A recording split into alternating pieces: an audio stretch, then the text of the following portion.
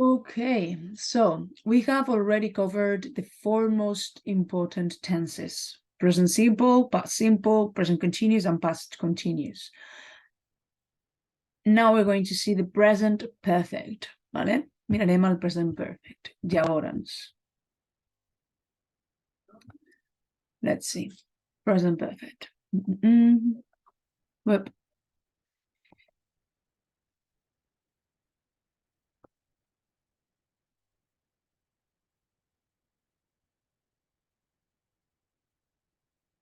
Aquest és un dels meus temps preferits, perquè té molts usos, ¿vale? A veure, aquest és el temps que serveix per parlar d'un passat recent, d'algú que ha passat fa poc, així que és algú que va passar al passat, però té una repercussió en el present, no? Per exemple, doncs, si algú pinta la paret, no? Doncs direm, ojo que està acabada de pintar, és algú que ha passat en el passat, però continua tenint una repercussió en el present, i és que la pintura és molla. Llavors no podràs tocar aquella paret. No? So, don't touch the wall. I have painted the wall. No, està pintada. La he pintat. Aquest és el temps del present perfect. Vale? Serveix per això. També per què serveix, a més? Quin és l'altre ús? L'altre ús és per les accions que jo m'agrada dir-los accions atemporals. Que dius, bueno, però si és un temps verbal, ha de tindre un temps. No té per què. Perquè, per exemple, has estat a Londres? Jo quan et faig aquesta pregunta, t'estic preguntant quan has estat? T'estic preguntant el fet, si has estat o no. Vale? Per tant, no té un temps específic. Jo només vull saber el fet, si has estat. En anglès seria, have you been to London? Has estat? Contestació, yes I have, no I haven't. That's it. When, si volem dir el quan, doncs ja utilitzarem el temps passat, perquè, I went last summer. Vaig anar l'estiu passat. Bueno, això ja està en passat. Vale? Avui, en aquest no ens estem centrant en el passat o en el present. Té dues funcions, el passat recent, que he dit, i aquesta funció atemporal. Sí? Construcció. Començarem. Affirmative, sempre subject. Més auxiliar. Quin és l'auxiliar del present perfect? L'auxiliar del present perfect és el verb have. Què passarà? Que amb el I, we, you i they anirà have. I have, el que sigui. Vale? Que atenció, el have també vol dir tenir, vale? Però la traducció, quan ho traduïm al català, seria haver. Jo he el que sigui. Vale? El have pot significar tenir, però si està d'auxiliar no vol dir tenir, vol dir haver. Vale? Jo he menjat. Sí? Per tant, I, we, you, they anirà amb el have i el he, she o it, la tercera persona o el singular, anirà amb el has, amb la S que marca sempre aquesta tercera persona del singular en anglès. La majoria menys en el passat. Vale, el passat simple. Llavors, l'auxiliar, hem dit que és have o has, no? Més el verb. En quin temps o en quina forma posarem el verb? El posarem depenent, en participi, però el posarem depenent de si és regular o irregular d'una manera o l'altra. Vale? Llavors, si és regular, funciona igual que el passat. Li afegim ed. Vale? Però si és irregular,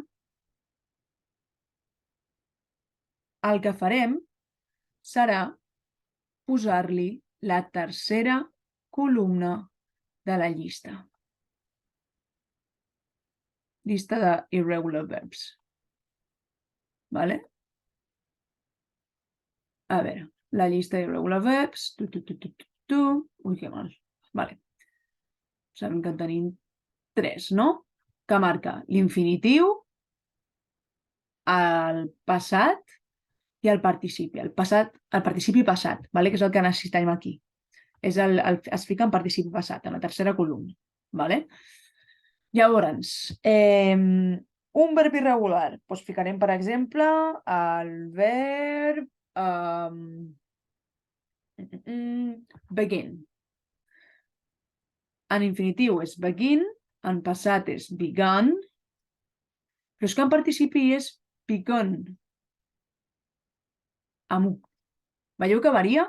Això és que és un verb irregular i és que varia. Això ja ho hem vist amb el past simple, però bueno, recordatori. Vale? Begin, began, begun. Utilitzarem la tercera columna. Ojo no utilitzar la segona. Vale? Encara que hi ha alguns verbs, com el verb comprar, que es repeteix. Buy, bought, bought. Vale? Llavors sí, però si no, no. Ok? Vale. Si és regular, he de. The player played, the jump jumped, igual que si fos passat. Exemple. He, la mayúscula, que és la primera persona. He has bought a sandwich, for example, or a house. He has bought a house. Ell ha comprat una casa. Quan? Ens estem referint al fet. When did you buy it? Bueno, estem dient que ell ha comprat una casa. Això és important. Vale? El fet. Llavors, negativa, construcció. Doncs com sempre, subject plus l'auxiliar have o has, però ara què li afegirem per fer la negativa? Doncs el not. Que de nou, si al have li fiquem not, es fusiona i queda com a haven't, vale? I el have, no have no, el have ja l'hem fet, perdó, el has volia posar. I el has més el not fa hasn't. Vale? Fa hasn't. Llavors, subject, have, has, not, i el verb, pues, en participi. Vale? Si és regular, en ed, i si és irregular, tercera columna. Sí? Exemple, doncs el mateix que he posat a dalt, però en negativa, doncs seria he hasn't bought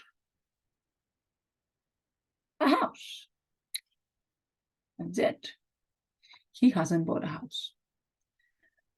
Interrogativa. Com es fa la interrogativa? Doncs com sempre també. Comencem sempre per l'auxiliar. Quin és l'auxiliar del present perfect? Doncs el have o el has. Per tant, have o has més auxiliar subjecte, subject,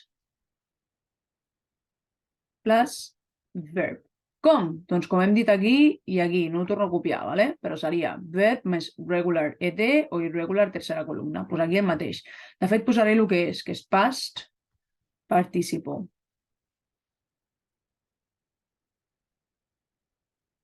Vale? Pas és que us ho poso així perquè ho entengueu millor, però al final a nivell gramatical seria el past participle. Vale?